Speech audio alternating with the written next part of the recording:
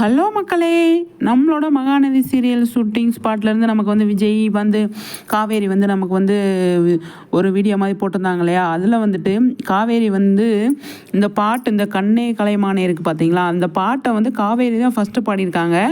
விஜய் வந்து ரெண்டாவது பாடியிருக்காரு. பாடிட்டு இப்போ 2 பேரும் காரில் வந்து போயிட்டுருக்காங்க. இது வந்து ஷூட் பண்ணிகிட்ருக்காங்க. அதில் வந்து கொஞ்சம் இந்த பாட்டை வந்து டைரக்டர் சார் சொல்லியிருக்காரு, இந்த பாட்டை பாடுங்க அப்படின்னு சொல்லி.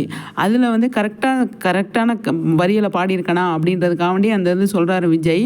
ஆனால் சிவப்பு கலர் காரில் வந்து போயிட்டுருக்காங்க. காவேரிக்கும் விஜய்க்கும் வந்துட்டு லாங் டிரைவ் போயிட்டு ஒரு கான்வர்சேஷன் இருக்குது.